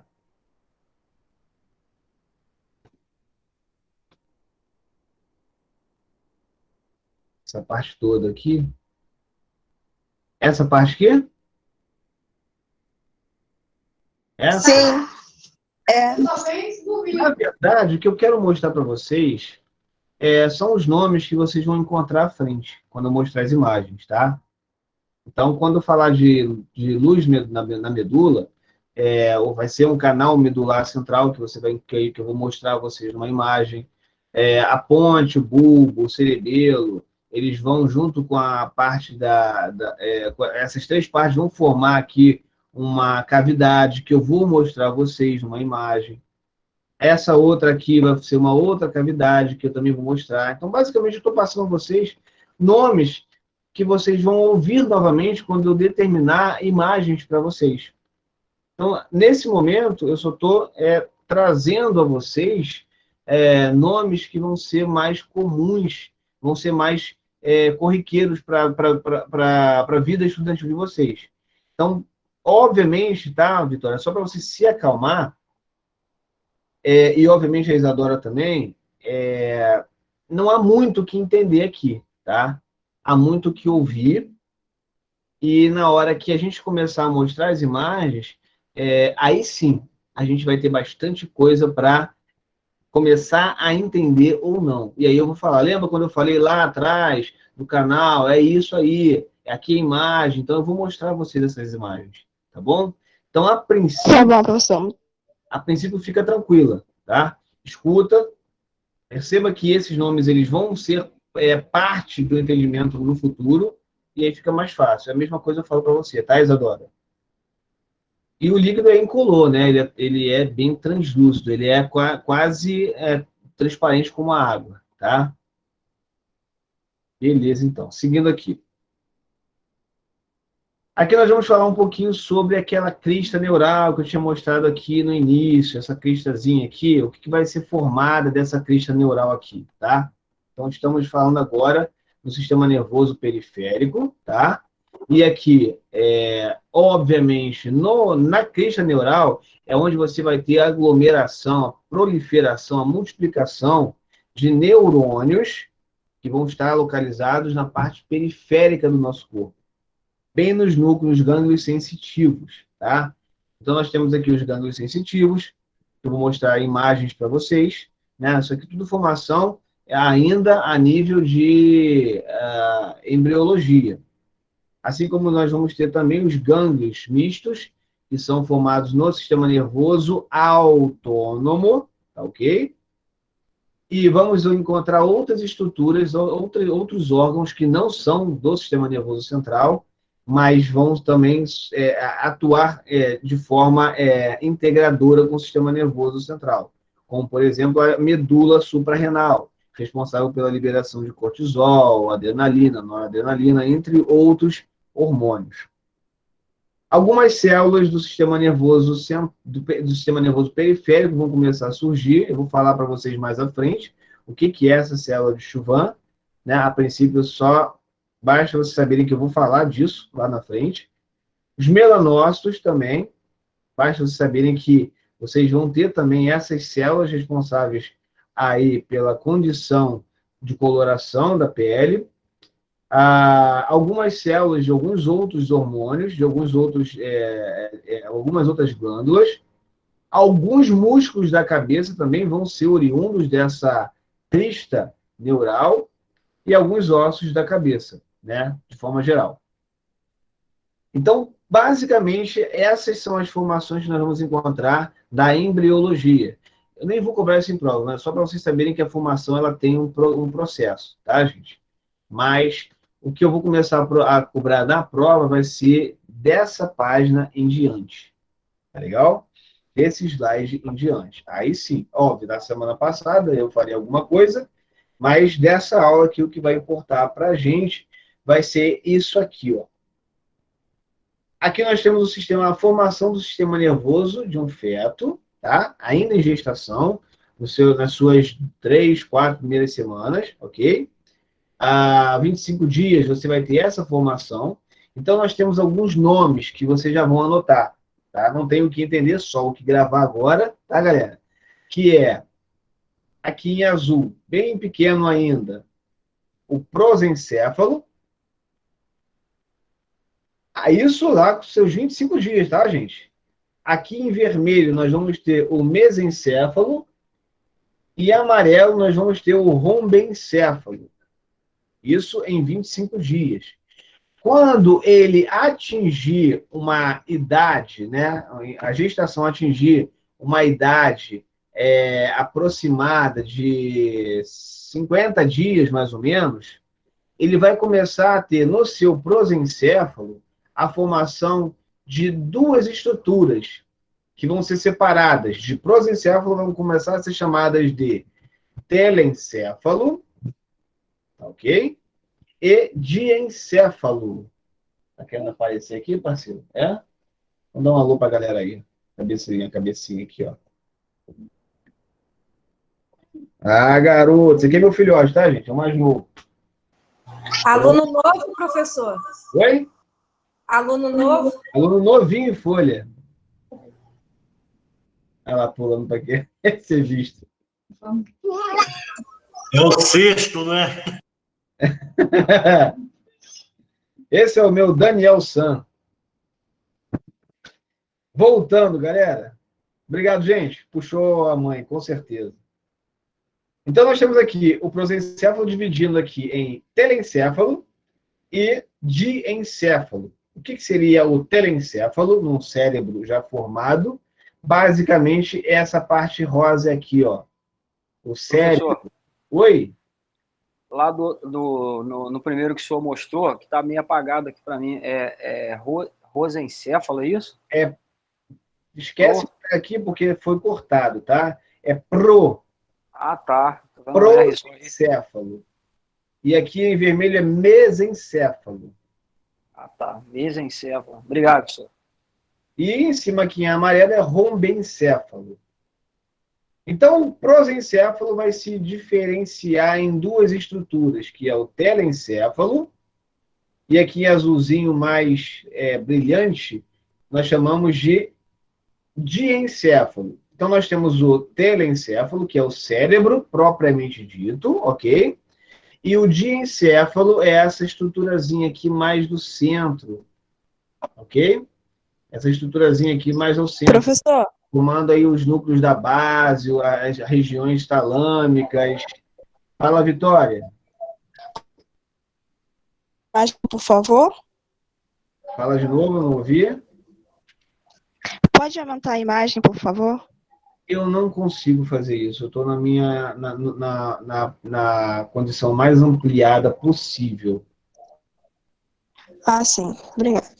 Mas você queria escrever, né, Vitória? Eu posso digitar. A gente consegue aumentar, professor. Só dar o zoom na tela mesmo, que a tela aumenta. Então me fala como é que faz isso. Mais uma coisa para eu aprender. Não, a gente mesmo consegue fazer. É só pedir para a menina dar o zoom na tela dela. Não, eu tô conseguindo, porque as letras estão muito pequenas. Aí tá um pouco embaçada. Eu falo. Dá para aumentar, mas fica embaçado. Isso aí. Ó, azulzinho aqui, prosencéfalo.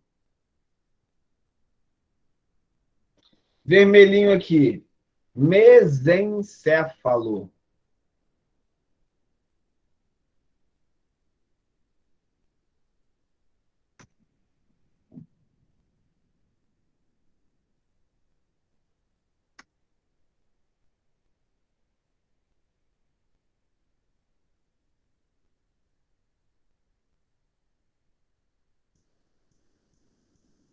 E rombencéfalo, ok? De romboide, tá? Então, nós temos aí, eu digitei para vocês aí, prosencéfalo, mesencéfalo e romencéfalo, tá? Do prosencéfalo, ok, galera? O tempo de gestação dessa primeira imagem aqui é de 25 dias, tá?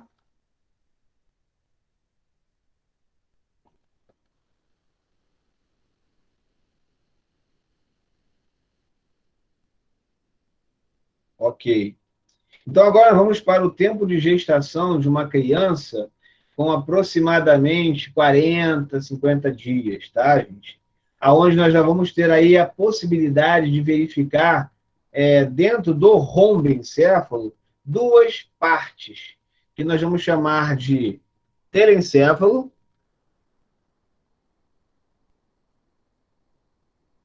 ok? Telencéfalo e diencéfalo.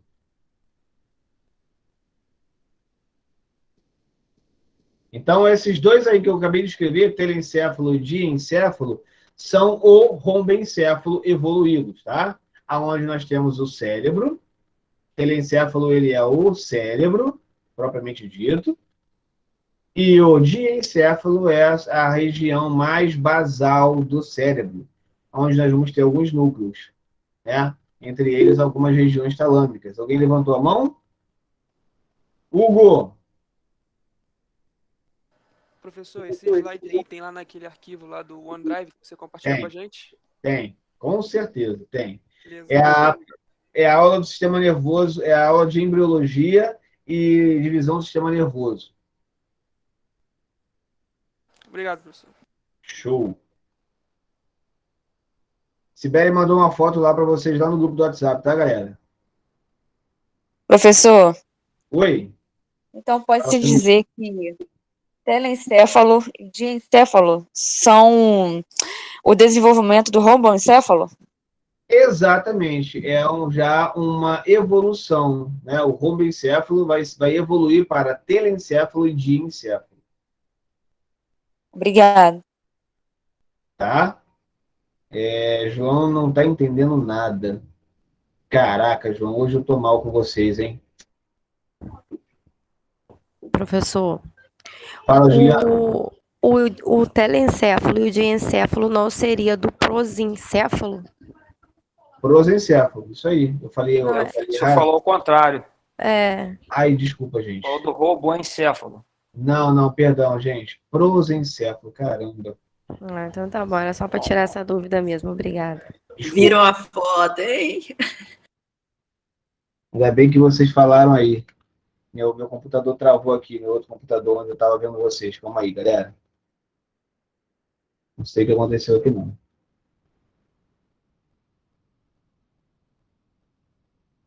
Que droga, gente.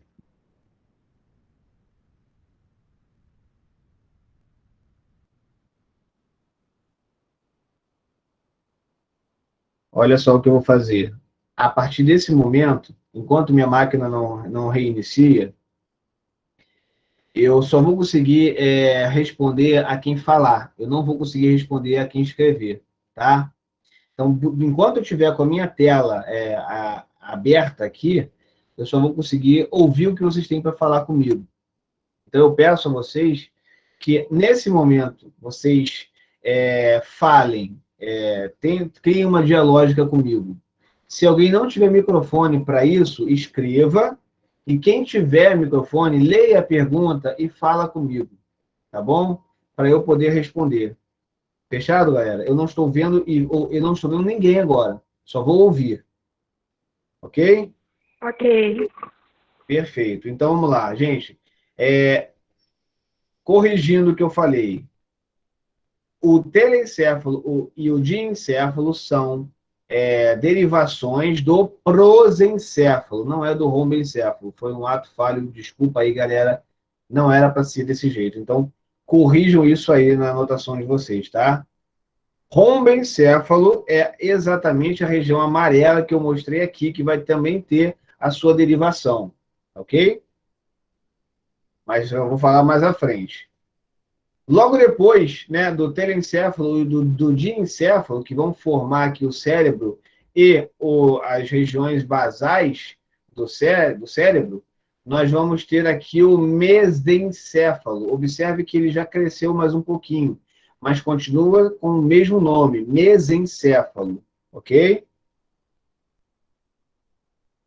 Tudo bem? Esse aí não sofre variação nenhuma, não, né? Esse não vai sofrer variação, nenhum tipo de derivação. Ele vai continuar aqui e, obviamente, vai se desenvolver até determinado ponto. Ok?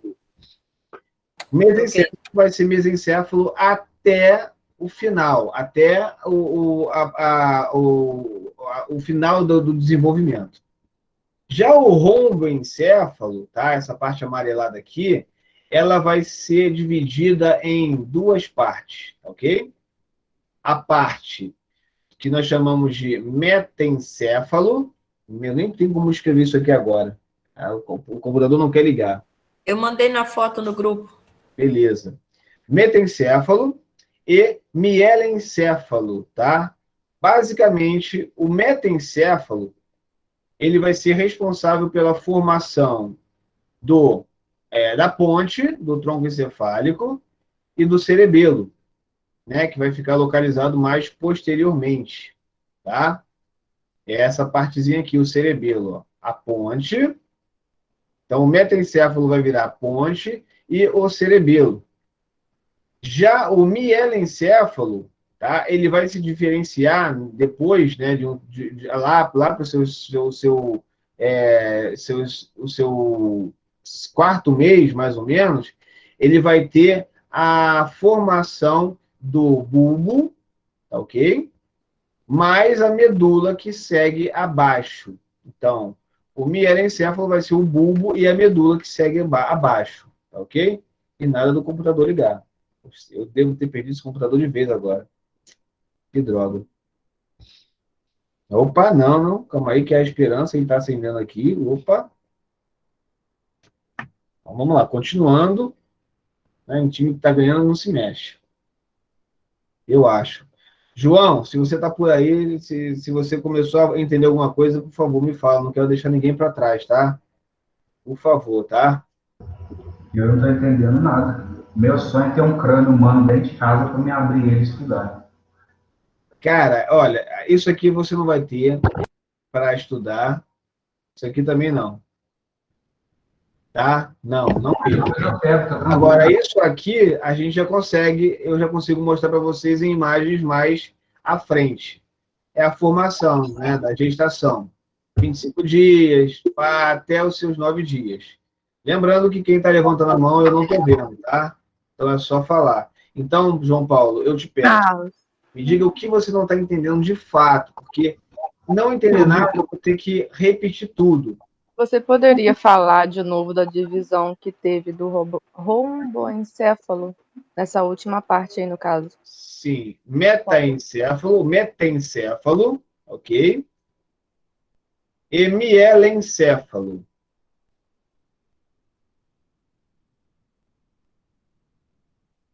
Aí já está num 30, 40 dias, né? Que o senhor Por falou. aí.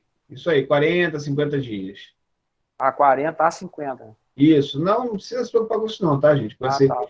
Eu só quero que vocês entendam essas derivações que vão acontecendo aqui, tá? Tá bom, valeu. Metencéfalo e mielencéfalo. Eu não tenho nem como aceitar a galera entrando agora. Jesus. Vou ter que sair aqui, não tem jeito.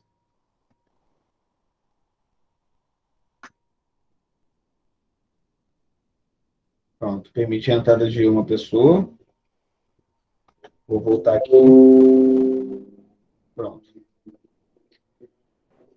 Então, basicamente, o que nós temos aqui, meta e miela. Mielencéfalo, ok? Metencéfalo vai virar ponte e cerebelo. Mielencéfalo vai se transformar em bulbo e depois a medula espinhal. Beleza, gente? João, por favor, me dê um sinal de vida.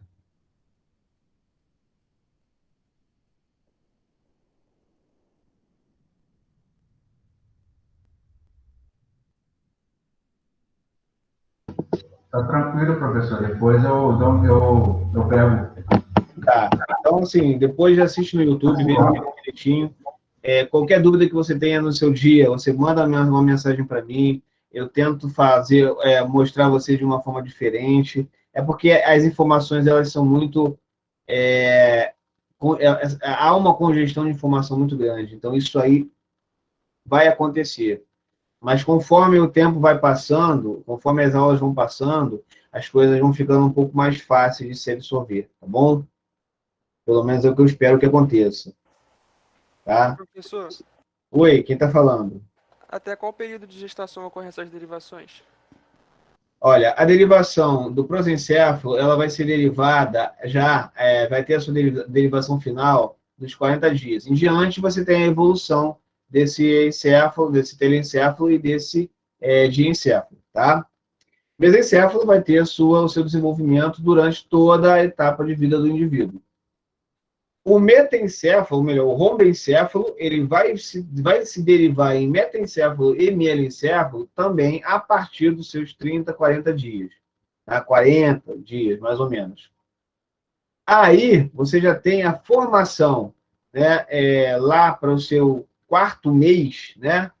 Você tem aí a derivação de metencéfalo, 4º mês, tá, gente? Metencéfalo, que vai ter aí como ponte e cerebelo, beleza? E o seu mielencéfalo vai ter o bulbo e a medula. Tá?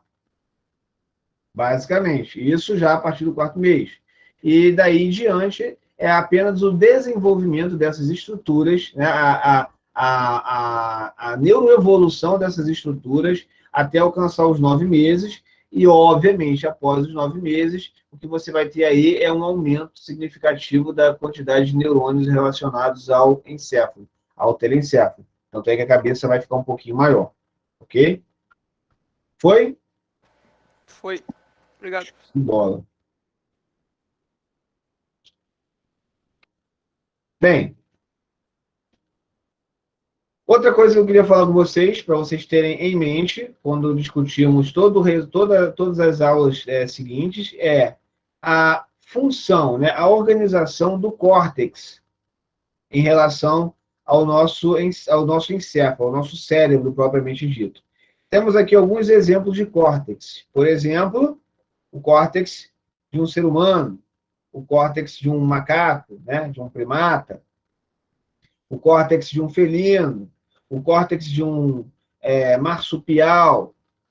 Observem que, quando nós observamos aqui, pegamos aqui as cores, né, esse azul aqui atrás, esse azul clarinho aqui mais no meio, posteriormente, e anteriormente um alaranjado, esse roxinho aqui mais embaixo, nessas áreas que a gente vai discutir durante os estudos da anatomia, e toda essa área mais clara aqui é um encéfalo de um ser humano. Observe que, diferente de todos os outros animais, tá? Melhor do que um primata, essas áreas claras aqui, que nós chamamos de áreas associativas, permite a associação de todas essas outras áreas coloridas aqui, ó, amarelinha aqui, ela vai ser muito maior no ser humano, trazendo a capacidade de raciocínio e a associação entre as áreas responsáveis por funções diferenciadas. Por exemplo, aqui, né, na parte de trás do encéfalo, do cérebro, ela vai ser o córtex occipital, responsável pela visão. Não precisa gravar nada disso agora, só para vocês entenderem. Nessa região, nessa área do temporal aqui, bem pequenininha, em roxo, ela vai ser responsável pela condição de audição. Aqui, nessa parte posterior, a somatosensorial, né? Então, tudo que a gente percebe do meio ambiente, as sensações, o tato, né? Por todo o nosso corpo. Essa outra área aqui é a área primária motora. Então, é onde tudo começa, os movimentos podem começar a se desenvolver aqui. E aqui, bem pequenininho, é a área olfativa. Por que eu estou mostrando para vocês isso? Para vocês perceberem que os seres humanos, eles têm, obviamente, né, uma quantidade menor, proporcionalmente falando, do que os outros animais, mas elas conseguem se desenvolver e se interagir de forma muito mais racional. Aqui, por exemplo, de um marsupial, um rato, por exemplo, você vai ter uma grande quantidade de sensores ou de áreas para o olfato. Eles conseguem sentir o cheiro muito mais puramente do que a gente. Assim como a audição e assim como também a condição sensorial no corpo humano. Mas eles não têm uma capacidade de desenvolver um raciocínio lógico, como a gente. Já no felino, você tem uma área mais abrangente do olfato e da visão, principalmente. Eles conseguem enxergar frequências luminosas que nós não conseguimos, como, por exemplo, o infravermelho. Eles enxergam melhor no escuro. Tá? Entre outras situações que eu queria mostrar rapidamente a vocês. Para vocês saberem como que o nosso córtex ele pode funcionar. Ok? Bem. Seguindo aqui. Que horas tem, gente? 9h35. Acho que ninguém vai beber hoje, né? Ou pelo contrário, vamos meter a cara hoje.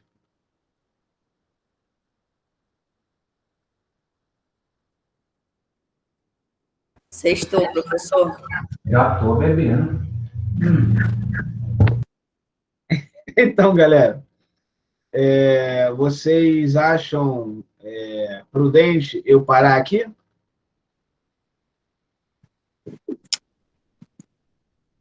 Sim, professor.